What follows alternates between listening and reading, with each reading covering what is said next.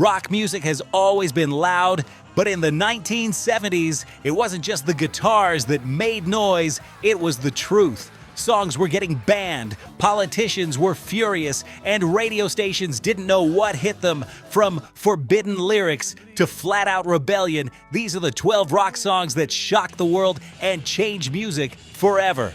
Welcome to Rock Lore, where we dig up the untold stories behind rock's wildest moments. Let's turn it up and count them down.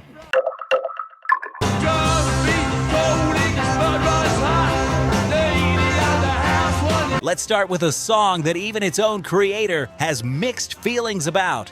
Brown Sugar by the Rolling Stones is one of the band's biggest hits, but also one of their most debated tracks.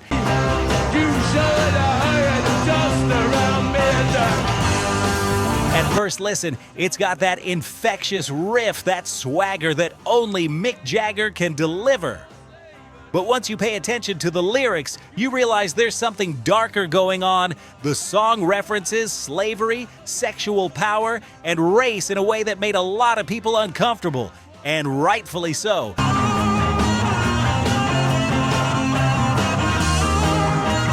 Even Jagger himself admitted later that he wouldn't write it the same way today. In interviews, he said it was meant as a messed up mix of nasty subjects, but in hindsight, he understood how it crossed a line.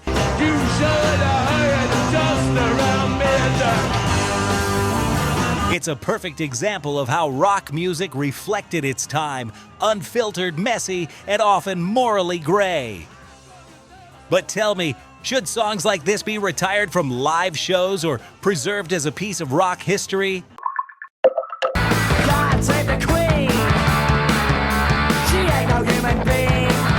If Brown Sugar poked at taboo subjects, the Sex Pistols kicked down the entire door. God Save the Queen wasn't just controversial, it was considered dangerous. Released right in the middle of Queen Elizabeth II's Silver Jubilee, this punk anthem called Britain a fascist regime.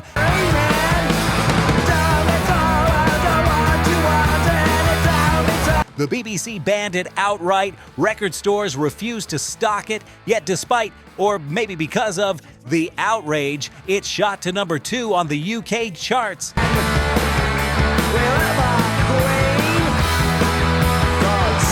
Some people even believe it was intentionally kept from the number 1 spot to avoid embarrassment for the monarchy.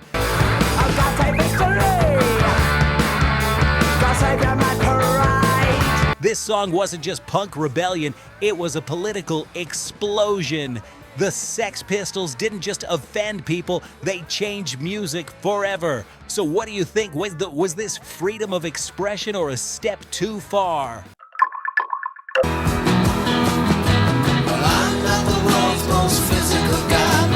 Now here's a song that told a story people weren't ready for. Lola by the Kinks is about a man who meets a woman in a club, only to realize she's actually a trans woman. But I can't understand why she walk like a woman and talk like a man on the road. For 1970, that was groundbreaking. Radio stations didn't know what to do with it. Some banned it, others replaced Coca-Cola in the lyrics with Cherry Cola to avoid trademark issues, but none of that stopped it from becoming a huge hit.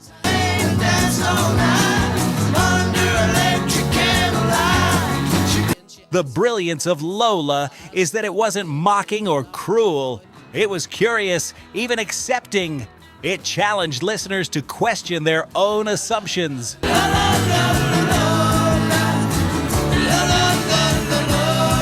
Can you imagine how bold that must have felt in a decade where gender identity was almost never discussed in mainstream music? Too often. Alice Cooper was known for shock rock, fake blood, guillotines, snakes, but this song wasn't that. Your head gray, he's your life's mistake. Only Women Bleed was a ballad, a serious one. It told the story of a woman trapped in an abusive relationship, but because of its title, many people misunderstood it, assuming it was sexist or vulgar. Only women bleed. In truth, it was one of Cooper's most compassionate songs, shining a light on domestic violence long before it was openly talked about. Only women bleed. Only women. It's a reminder that sometimes controversy comes from misunderstanding, not intent. As the war machine keeps turning. If there's one thing Black Sabbath did better than anyone, it was make people uncomfortable. Say, where are you going? War Pigs came out during the Vietnam War and it didn't pull punches. It accused world leaders of using soldiers as pawns, calling them generals gathered in their masses just like witches at black masses.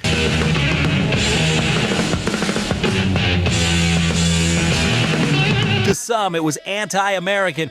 To others, it was anti-war genius. Ozzy Osbourne later said it wasn't about religion or Satan. It was about hypocrisy, plain and simple.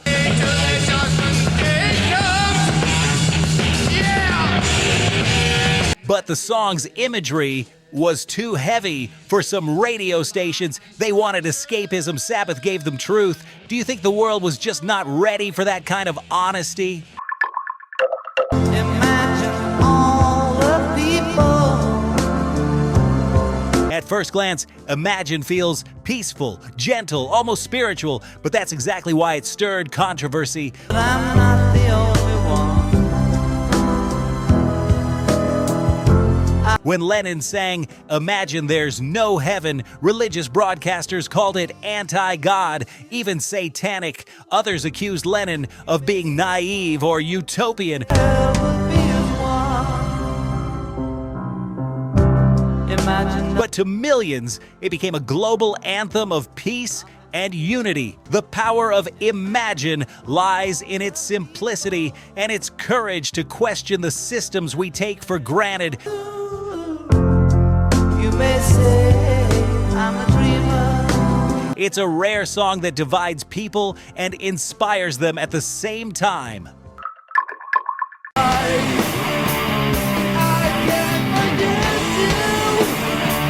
Back again with Sabbath, this time for a love song to marijuana.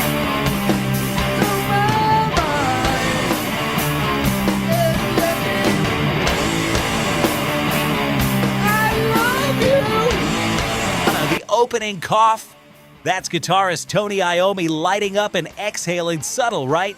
Sweet Leaf wasn't just about getting high, it was about freedom, about exploring consciousness, but for conservative listeners, it was blasphemy.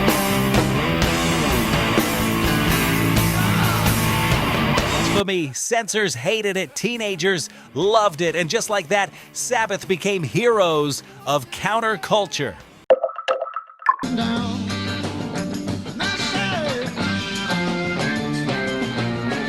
Originally written by Bob Marley, "I Shot the Sheriff" was already politically charged, but when Eric Clapton covered it, the message hit differently.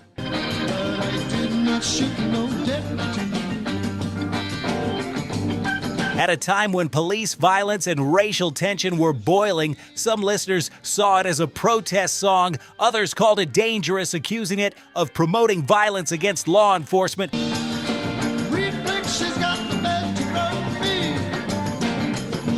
Clapton insisted it wasn't literal, it was symbolic, a cry for justice. But like most controversial songs, once it left the artist's mouth, people made it their own. You do it when you get the feeling you got to sock 'em out with the mic in my hand. Now this one didn't get banned for politics, it got banned for profanity. Got the girl, got a kick on. Before the first verse even starts, the band shouts, "Kick out the jams, mother fears!" And that was enough to freak out record stores across America.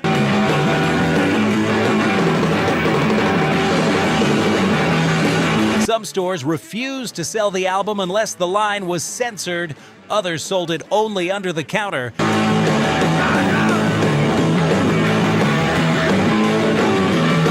But here's the thing, that one line captured the entire spirit of the era. Rebellion, rage, and raw energy. It wasn't polite. It wasn't supposed to be.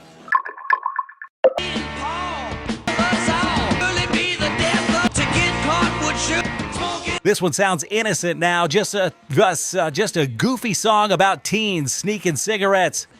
But back in the day, it was seen as promoting bad behavior.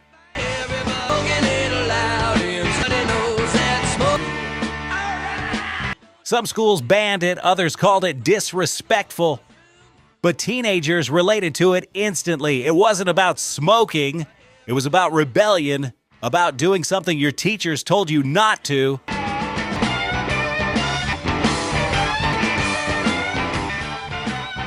And that's what made rock so powerful. It spoke to the people who didn't fit the rules. 'Cause when the blood begins to flow. Even though it was released in 1967, this song's live performances in the 70s kept it infamous. When it shoots up the drop of his neck.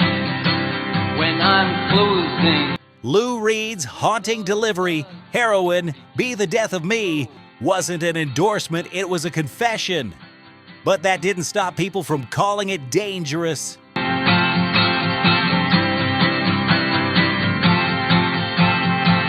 Radio stations refused to play it. Critics called it immoral, but musicians called it honest. It didn't glamorize addiction. It showed its grip in real time.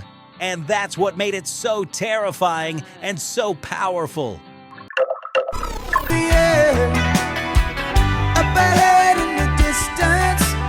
Finally, we reach the most misunderstood song of the decade, Hotel California. Smooth, mysterious, and endlessly debated. Some swore it was about the Church of Satan. Others said it was about Hollywood excess.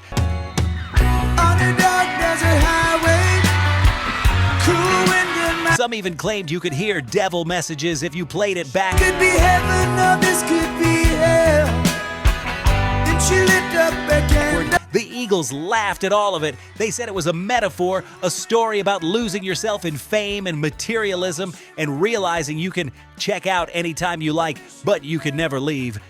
There were voices down the corridor. I thought I heard them say. Decades later, people still argue about its meaning, and maybe that's the magic of it. A song so well written it becomes what you think it is. The journey doesn't end here. Rock warrior, watch this next.